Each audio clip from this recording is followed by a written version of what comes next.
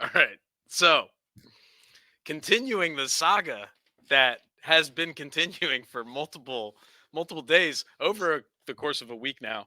Um, the Super Nerds now with Dell as their leader, renaming the Super Nerds the Ghost Club. So Dell, the boy with feathered coyote earrings that create super hearing, where you can contact your ancestors, whose main motivation is the getting love from his dad. Edgar, who has sunglasses that see people's thoughts, and then Ruby has Tepeyolotl Cola, which creates earthquakes when drank and burped. So, uh, as the Super Friends now have destroyed a library containing Kendall Jenner and Pepsi goons who were trying to steal those ancient artifacts, uh, Ruby has now asked Dell for one of the earrings to, see what's going on with it. She puts it on, goes into this trance, starts speaking to, her ancestors, walking into the rubble. The boys, scared that they're going to get caught, decide to uh, non-verbally decide to steal a van and circle the block a few times, where they also realize they have the power of telepathy, um, while wearing the sunglasses. Anyways, they find Ruby comes out of the the rubble, and she's talking about how the earrings let her talk to her ancestor, who points her to an obsidian journal that details his exploits as a sky pirate.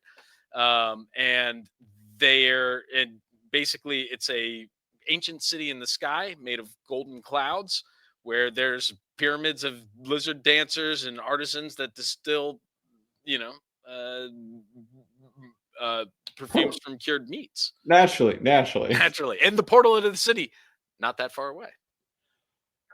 Wow, that was where the So, recap was yeah, landing. I'm sorry. That felt No, longer than the story itself. I don't no, know if I but recapped. in some ways, it's like, well, of course, didn't you get all those illusions, reader? Haven't you been keeping like copious annotations Right. of all these illusions?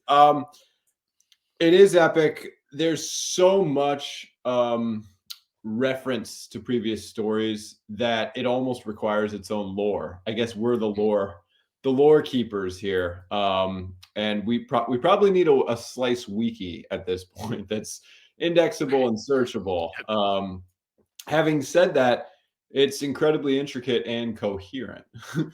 which is maybe more alarming. When we go to gather these stories, is it possible that there's a through line, that this is all going to be an insane novel, that adds up? The line that struck me was Dell heard Ruby emerge from the pile of concrete and steel and paper where the classics used to be and picked her up as they're circling in this mystery machine van, trying to get out of the rubble.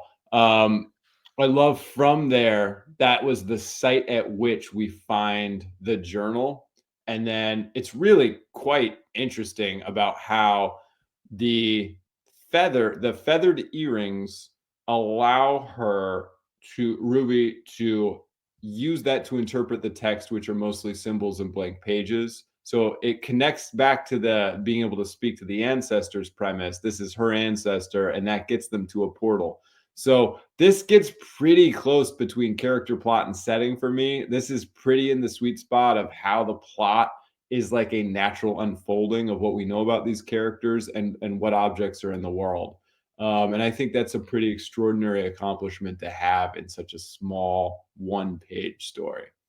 It really is quite a feat, and it speaks to the power of, I think, Slice, having been in the top three for this long at least, they've been able to build this epic tale that at least you and I have been able to keep up with, throughout the time. And so that's a, like you say, it's but then as itself, it's still this great thing where even if you're just jumping in, you still get tension immediately from, Edgar and Dell, where it's like, I don't know, I like the name Super Nerds, and it's like, no, I'm the leader now, and and so great tension within the characters, on a microcosm as well on a macrocosm of, there's still these tensions where they have to work together amidst the rubble of a library, and uh, It's the tensions that drove the previous story apart and never got into the plot. This just they resolved those tensions and it accelerated the plot. They got yeah. into it, they found the portal. They you know, Well, they there was didn't a find the little bit of portal, beef. but they know they've located its existence, which They is located existence, seems bit and Edgar's come around to Ghost Club. He's paid off the he wanted to say Super Nerds. right, He's like right.